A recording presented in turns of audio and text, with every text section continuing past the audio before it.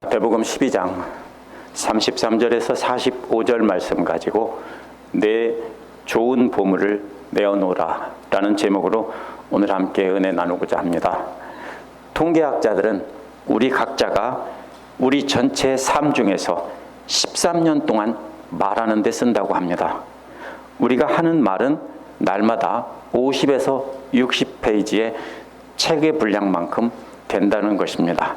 만약 이러한 통계의 평균을 따른다면 우리는 평생 200페이지짜리의 책을 264권을 쓸 수 있습니다.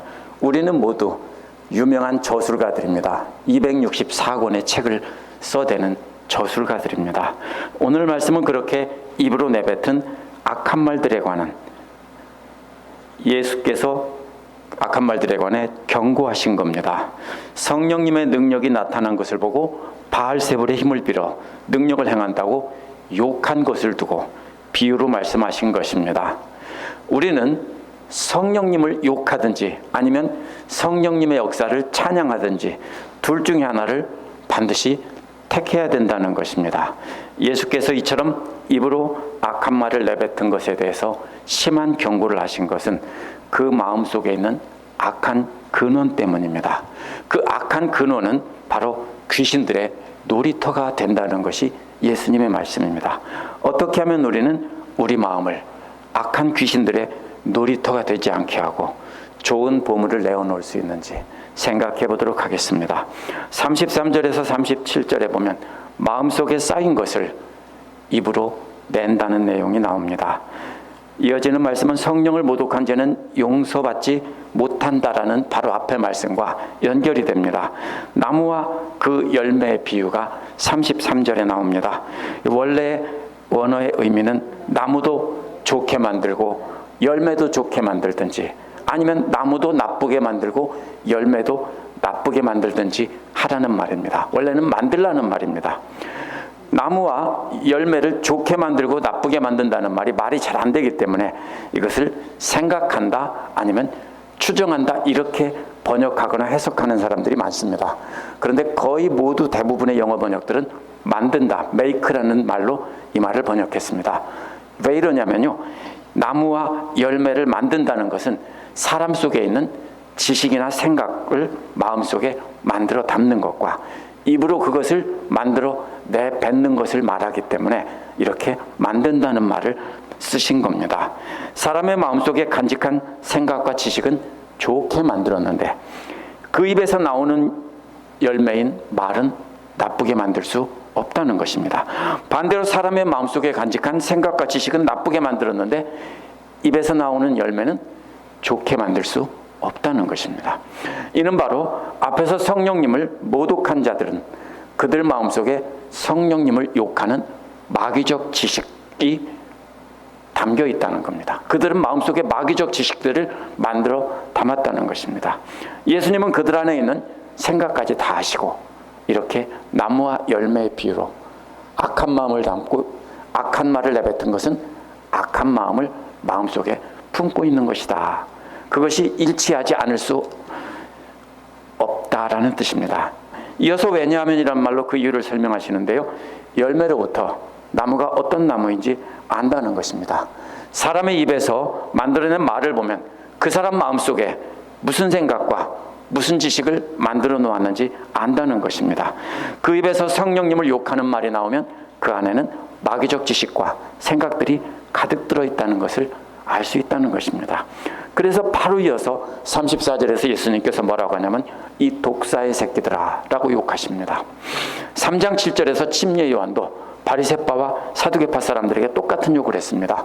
독사는 창세기에 나오는 사탄을 말하는 것입니다. 그렇기 때문에 말을 바꾸면 이 사탄의 새끼들아라고 욕을 하신 겁니다. 앞에서 성령님의 역사를 귀신의 통치자의 역사라고 욕한 바리새파 사람들에게 백구에서 같은 욕으로 말씀하신 겁니다. 예수님을 향해 그렇게 성령님을 욕하는 독이 든 말을 내뱉었기 때문에 그들을 독사의 새끼들이라고 부르며 사탄의 생각이 들어있다는 것을 안다는 것입니다.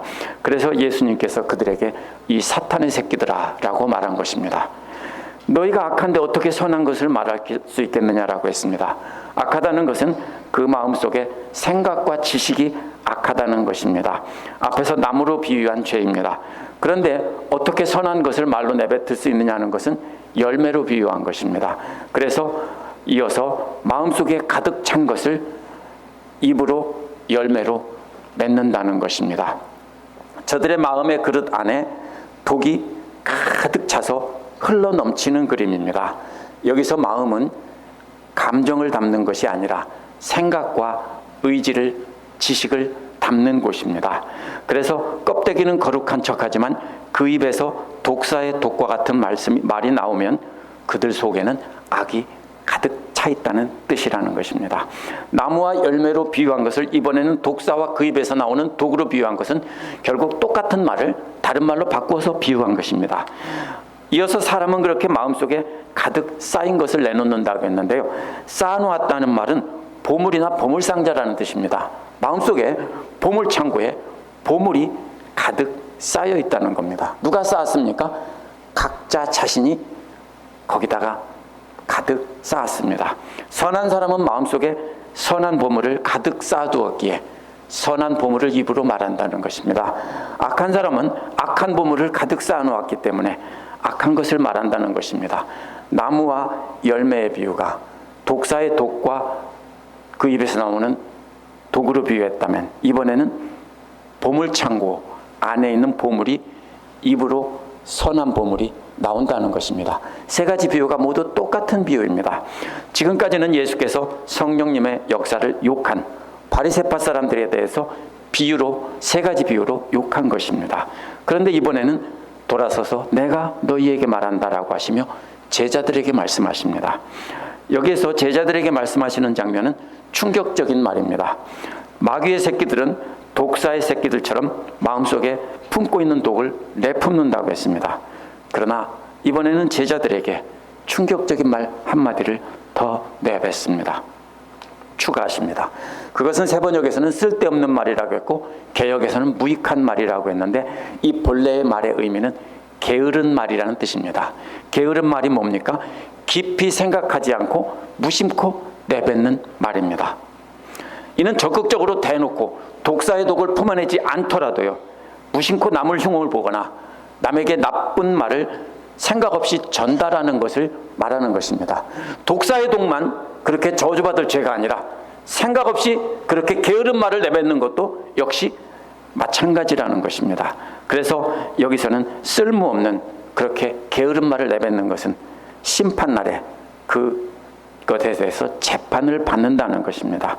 따라서 무심코 그렇게 내뱉은, 함부로 내뱉은 말들도 마지막 심판날에 주님께서는 다 심판하신다는 겁니다. 그래서 이것이 굉장히 충격적인 가르침입니다.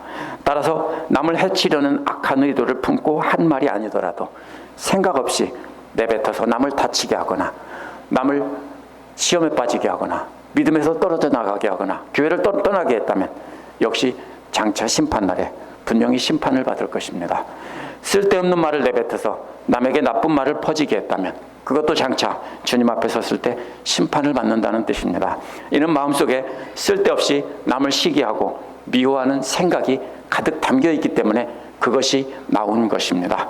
그래서 37절은 선한 보물창고로부터 선한 말로 의롭다함을 얻고 악한 보물창고로부터 나온 악한 말로 유죄 판결을 받는다는 것입니다. 성령님을 욕한 영원히 멸망할 죄뿐 아니라 남의 허물을 들추거나 남에게 상처를 입히는 함부로 생각 없이 말해댄 것도 역시 악하기 때문에 심판을 받는다는 뜻입니다. 38절에서 42절은 표적을 구하는 악한 세대에 대해서 말씀하고 있습니다. 이렇게 예수님께 욕을 잔뜩 먹었는데 가만히 있을 리가 없죠. 그래서 자신들에게 그렇게 심한 욕을 했을 때 율법학자들과 바리새파 사람 몇 명이 자신들을 그렇게 심한 욕을 하신 예수님께 분이 가득 차서 대꾸한 것이 바로 38절입니다. 예수님을 선생님이라고 거짓으로 높여 부르면서 진짜 표적을 보기를 원한다라고 했습니다. 앞에서 이미 표적을 보여줬는데 그때는 뭐라고 했습니까? 바알세불에 힘을 입어 기적을 행한다고 했습니다. 그런데 이번에는 다른 말로 바꾸어서 빈정대고 있는 것입니다. 당신이 그렇게 잘났고 당신이 정말로 하나님으로부터 온 메시아라면 증거를 한번 보여봐. 아까 그 행했던 귀신의 통치자의 능력을 행하는 그 능력 말고 뭔가 좀 확실하고 좀 쌈박한 하나님으로부터 온 증거를 보여봐. 이런 말입니다.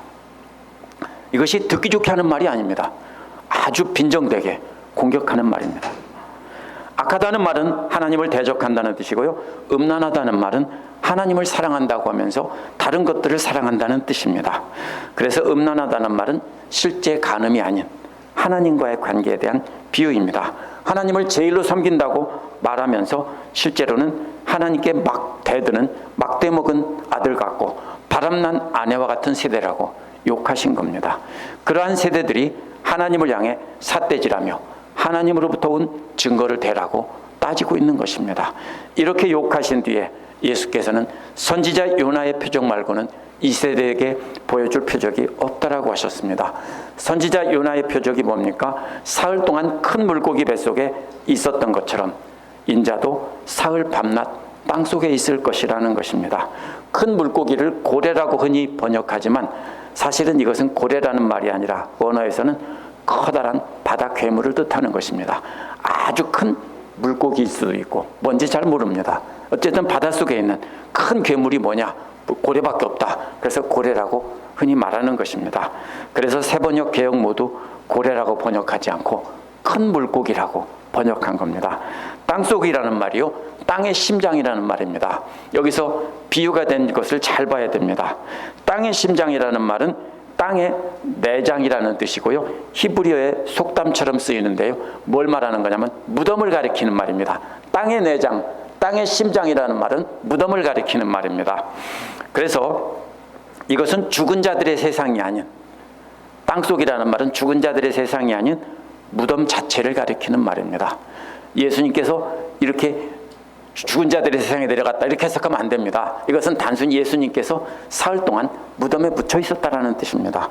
여기서 비교되는 것이 뭡니까? 큰 물고기 뱃속에서, 물고기 내장 속에서 사흘 동안 있었던 요나와 땅의 내장 속에서 사흘 동안 있었던 예수님을 비교하는 것입니다. 뭐와 연결이 됩니까? 내장, 속은 뭡니까? 앞에서 말한 바로 선한 보물을 쌓은 심장과 악한 보물을 쌓은 심장과도 역시 연결할 수 있습니다. 큰 물고기 뱃속에 담겨있는 보물이 뭡니까? 그것은 요나라는 사람이 아니라 요나가 받은 하나님의 예언의 말씀입니다. 땅의 내장 또는 땅의 심장에 담겨있는 예수님도 역시 예수님의 육체가 아니라 영원한 생명의 말씀, 부활과 영생의 말씀입니다.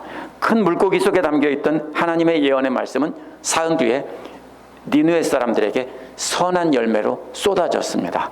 마찬가지로 땅의 심장 속에 담겨있던 부활의 소식, 영생의 소식은 사흘 뒤에 온 땅에 선한 열매로 쏟아진다는 것입니다. 이것이 예수님의 비유입니다.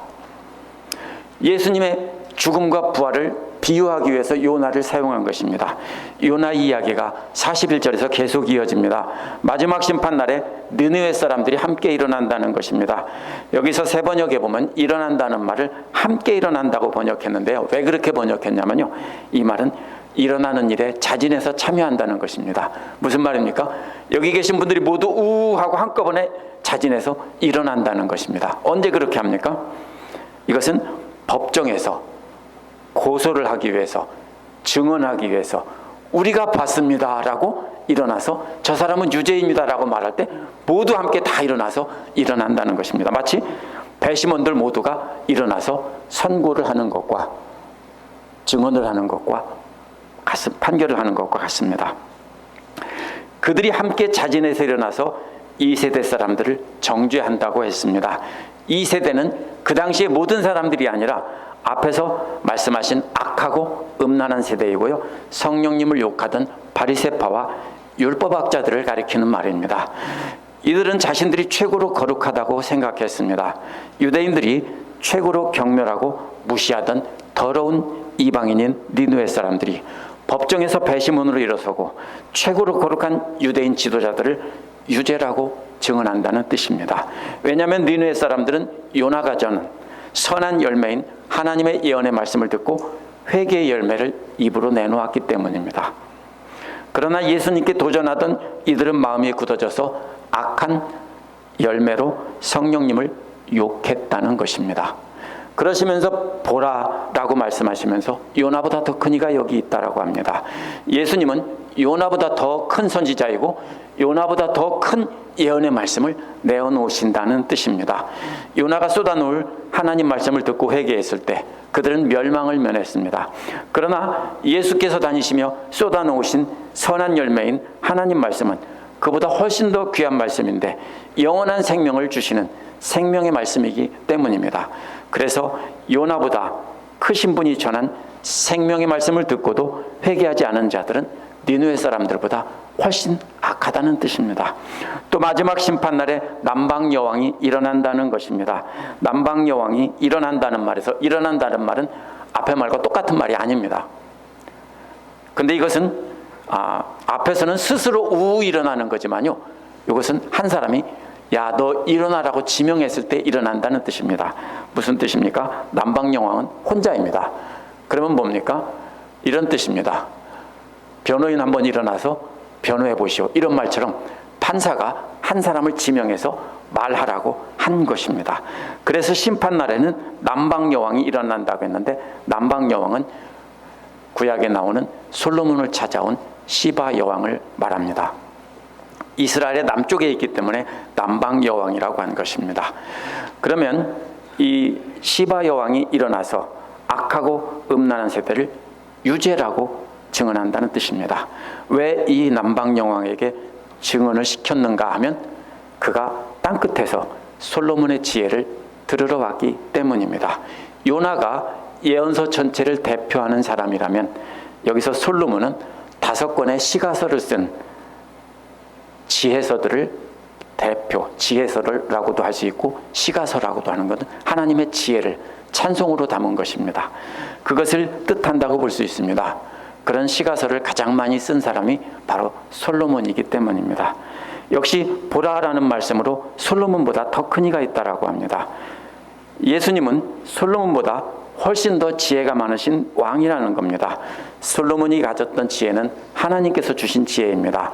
그 지혜로 잠언과 전도서와 아가를 썼습니다. 그런데 예수님은 솔로몬보다 훨씬 더 지혜로운 분이라는 겁니다. 예수께서 솔로몬보다 훨씬 더 놀라운 지혜로 하나님의 지혜를 선포하는 시대도 듣지 않고 욕하는 사람들은 남방 여왕보다 훨씬 더 악하기에 남방 여왕에게 일어나서 죄를 증언하라고 한다는 것입니다. 보라, 더 큰 이가 여기 있다라는 말은요, 12장에서 3번이 나옵니다. 12장 6절에서는 성전보다 더 큰 이가 여기 있다라고 했습니다. 12장 41절에서는 요나보다 더 큰 이가 여기 있다고 했습니다. 12장 42절에서는 솔로몬보다 더 큰 이가 여기 있다고 했습니다. 이 3마디에 숨겨진 비밀을 아셔야 됩니다.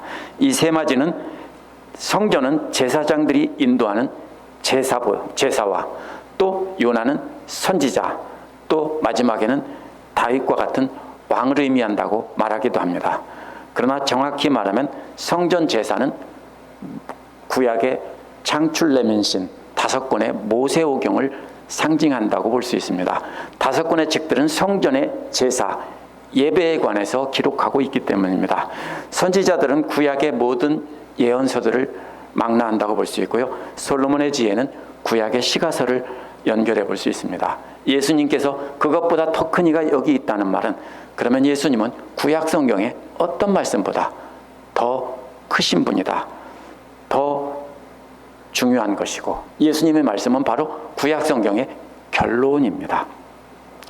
예수님은 그래서 예루살렘의 성전에서 드린 어떤 제사보다 더 큰 제사를 드린 분이고, 예수님은 어떤 예언자들보다 더 위대한 예언을 하신 분이고, 예수님은 세상의 어떤 지혜로운 왕보다 더 지혜로운 말씀을 전하신 영원한 만왕의 왕이다. 이것이 그 3가지 비교한 말에 담겨진 비밀입니다. 43절에서 45절에 보면 더욱 심하게 되느니라 라는 말이 나옵니다. 이렇게 자신이 이런 분임을 강조한 뒤에 이어서 그러나 라는 말로 예수님의 말씀을 받아들이지 않는 사람들은 더러운 귀신이 나갔다가 다시 돌아와 전보다 훨씬 더 비참한 상태가 되었다는 비유로 말씀하십니다. 이 비유는 앞에 계속 연결되는 말씀입니다. 구약 성경의 어떤 말씀보다 더 크신 예수님의 말씀을 듣지 않는 자들은 아무리 정결하라는 하기에는 제사를 많이 드려도 아무 소용없다는 것입니다. 제사가 뭡니까? 자신의 죄를 깨끗하게 하고 정결하게 하는 것입니다. 그래서 이 청소한 비유를 말한 것입니다. 예수님의 비유는 이렇습니다. 예수께서 한 사람에게서 더러운 귀신이 나갔다라고 했습니다. 어떤 사람들은 귀신이 쫓겨났다라고 해석하는데요. 이 말은 분명히 원어에서 자발적으로 나갔다는 겁니다. 왜 나갔습니까? 바리새파에 속한 귀신을 쫓아내는 자들이 능력이 커서 귀신이 나간 것이 아니라 귀찮게 하고 시끄럽게 주문을 외우니까 듣기 싫어서 자발적으로 나갔다, 이렇게 해석하는 것이 옳습니다. 그렇게 집으로 삼고 있던 어떤 사람에게서 나간 뒤 귀신은 물 없는 곳으로 두루 다녔다는 겁니다. 물이 없는 곳이라는 말은요, 전통적으로 유대교에서 귀신들이 주로 다니는 장소를 상징합니다. 귀신들이 선호하는 장소는 물이 없는 곳입니다. 왜냐하면 사람들은, 동물들은, 나무들은 뭐가 있습니까? 물과 나무와 식물들이 자라는 곳에서 삽니다. 그러나 귀신들은 그것이 필요 없기 때문에 사막과 같이 메마른 곳에서 산다는 뜻입니다. 그래서 이 말은요, 물이 없는 곳이라는 말은 아무런 결실도 없는 그 황폐한 마음의 상태를 나타낸다고 볼 수 있습니다. 그런 사람이 어디 있나라고 해서 찾아다닌다는 뜻입니다. 귀신은 아무데나 들어가는 것이 아닙니다. 메마른 사막과 같이 텅 비어 있고 아무것도 없는 그런 사막과 같은 사람을 찾아다닌다는 겁니다. 그런 곳에 가야 쉴 만한 적당한 곳이기 때문입니다. 오늘날 우리도 사막에 텐트 치고 지내기를 좋아하는 사람들이 있습니다. 가보면은 네바다 사막에 텐트를 치고 별을 보셨습니까? 그럼 어떻습니까? 아주 조용하고 아무도 없고 편안하게 느낄 수 있습니다. 귀신은 그런 장소를 찾는다는 겁니다. 사실은 이것이 실제로 물 없는 곳을 말하는 것이 아니라 사람의 마음 상태를 말하는 것입니다. 그때 이 사람이 말하기를 내가 나온 내 집으로 돌아가겠다고 했습니다. 이 말로 봤을 때 이 사람은 이 귀신은 쫓겨나간 게 아니라 자발적으로 나온 겁니다. 만약에 누군가의 힘에 의해 강제로 강한 자에게 쫓겨났다면 거기로 다시 돌아간다고 할 수가 없습니다. 그래서 이 귀신은 나온 집으로 되돌아가 보니까 나온 집이 비어 있습니다. 누가 살면 못 들어가겠죠? 근데 비어 있습니다. 더 좋은 것은 깨끗이 청소되어 있고 아름답게 꾸며놓기까지 했다는 겁니다. 시끄러워서 나왔는데 고맙게도 자기가 나온 사이에 그 호텔방 청소하는 아줌마들이 청소하는 것처럼 깨끗이 청소해놓고 시트 쫙 펴놓고 꽃도 꽂아놓고 아름답게 장식해놨다, 이런 뜻입니다. 그럼 어떻게 합니까? 정말 좋다. 그런데 너무 아깝습니다. 전에는 혼자 들어갔는데 지금은 너무 아까워서 혼자 들어가기가 너무 아깝습니다. 그래서 이 귀신은 나가서 복음을 전했습니다. 다른 귀신들에게 와 보라, 여기에 우리가 들어갈 정말로 좋은 곳이 있다 해서 7이라는 말은 무슨 뜻입니까? 7 귀신은 모두 다라는 겁니다. 그 모든 귀신들을, 자기가 데리고 올 수 있는 모든 귀신들을 다 데리고 와서 그 집에 들어가서 살았다라는 것입니다. 그래서 그 사람의 형편이 전보다 더 나빠졌다. 이것이 예수님의 재미있는 이야기입니다. 이어서 예수님께서 이 비유의 의미를 설명해 주십니다. 이 비유처럼 이 악한 세대가 이렇게 된다는 것입니다. 악한 세대는 역시 그 당시에 모든 이스라엘 사람들이 아니라 바리새파 사람들과 율법학자들을 뜻합니다. 예수님께 와서 표적을 보여달라고 한 그 사람들입니다. 이 사람들은 바로 바리새파 사람들의 완고함 때문에 이렇게 예수님께서 말씀하신 겁니다. 이들은 반역을 하고 있는 겁니다. 이렇게 마음이 완고하고 반역을 일으키는 것은 그 안에 황폐한 사막과 같은 것이고 거기에서 생명의 말씀이 자랄 수 없는 것입니다.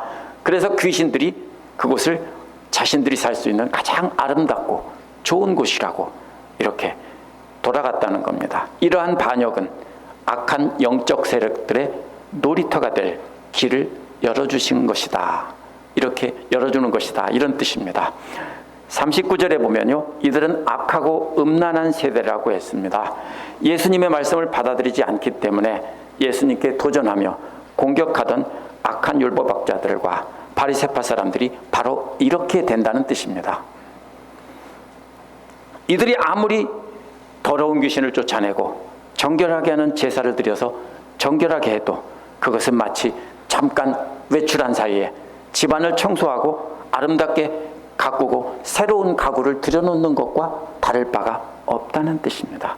그래서 귀신이 잠시 출장 간 사이에 귀신 맞을 준비를 끝내고 주인님 어서 오십시오 하고 기다리는 것과 똑같다라는 뜻입니다. 예수님을 공격하며 예수님께서 전하시던 하나님의 말씀을 받아들여서 그 마음에 간직하지 않으면 바로 이렇게 귀신이 출장 갔던 귀신이 돌아올 때는 모든 귀신들 다 데리고 돌아온다, 이런 뜻입니다. 1세기 유대교 상황에서요, 바리새파의 사악함을 이렇게 귀신 들린 것과 함께 엮어서 생각할 수 있는 것은 가능성은 제로입니다. 아무도 그렇게 생각할 수 없습니다. 그 그룹의 정체성은 전체에 의해서 결정되는 게 아니라 그 그룹에 속한 한 사람 한 사람에 의해서 결정되는 것입니다. 바리새파 사람들은 그 중에 어느 한 사람도 경건하고 거룩하지 않은 사람이 단 한 사람도 없었습니다. 만약 그랬다면 그런 사람 보는 대로 어떻게 합니까? 그냥 잘라서 추방시켜 버립니다. 그들은요 100% 경건한 사람들입니다. 한 사람 한 사람이다. 그래서 바리새파라는 말만 들어도 예수님 당시 유대인들은 옷깃을 여미고 그 앞에서 고개를 숙여 경의를 표했습니다.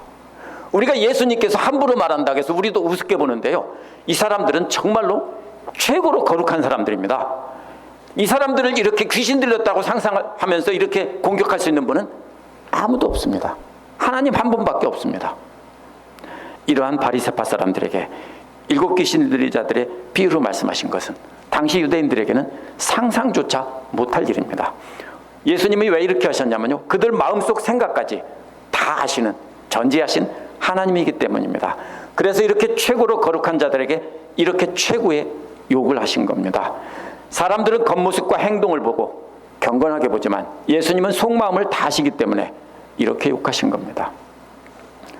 오늘 말씀에서 예수께서는 바리새파 사람들처럼 속에 악한 영들의 우두머리인 사탄의 독처럼 그런 독이 가득해서 성령님을 모독하고 그 독을 내뿜는 사람들만 심판한다고 하지 않으셨다는 것을 주의 깊게 봐야 됩니다.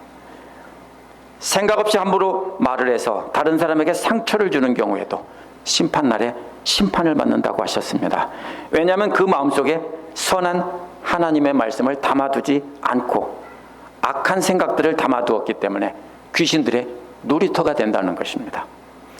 그런 사람들은 교회에서 아무리 거룩한 척해도 우리 주님은 그 마음을 다 아시기에 장차 심판날에 심판하신다라고 제자들에게 가르치신 겁니다. 오늘날 교회 안에서 하나님을 믿는다고 하면서 함부로 성령님을 욕하는 말을 직접 대놓고 내뱉는 사람은 찾아볼 수 없습니다. 이제 그렇게 대놓고 성령님을 욕하는 사람들은 교회 밖에 있습니다. 그러나 교회 안에서 생각 없이 내뱉는 게으른 말을 하는 사람들은 쉽게 찾아볼 수 있습니다. 저부터도 그러기가 정말로 쉽습니다. 이는 그 마음 안에 어떤 말씀보다 더 귀한 예수님의 말씀을 저장해 놓지 않았기 때문입니다. 예수님께서 말씀하신 보물을 우리 마음에 간직하고 있지 않기 때문에 우리 안에 쓸데없는 것이 들어가서 그 쓸데없는 말을 내뱉는다는 것입니다. 우리가 잘 생각해 봐야 됩니다. 틈만 나면 남을 욕하고 비방하는 사람들은 그 이유가 뭔지 아세요? 마음속에 분노가 있기 때문입니다. 다른 사람들에 대한 분노가 있기 때문입니다. 그래서 그 분노의 열매가 욕하고 비방하는 말로 나오는 것입니다. 남을 흉보거나 남의 말을 전하는 사람들은 그 마음속에 시기심이 가득하기 때문입니다. 그래서 그 시기의 열매가 흉을 보거나 남의 나쁜 흉을 전달하는 입이 되는 것입니다.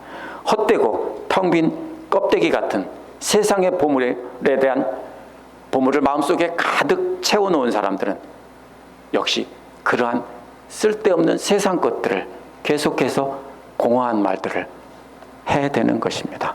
그 마음속에 담겨 있는 것이 악한 것이 아니더라도 결국은 텅 빈 사막과 같은 것입니다. 생명이 없다는 것입니다. 그 안에 생명이 없이 분노와 시기심과 또 세상 영광에 대한 욕심들이 가득하면 그것은 아무런 생명이 없는 죽은 사막과 같은 것입니다. 그래서 예수님께서 이렇게 말씀하신 겁니다. 그래서 물 없는 사막의 비유로 말씀하신 겁니다. 이런 상태를 별것 아니라고 대수롭게 여기지 않고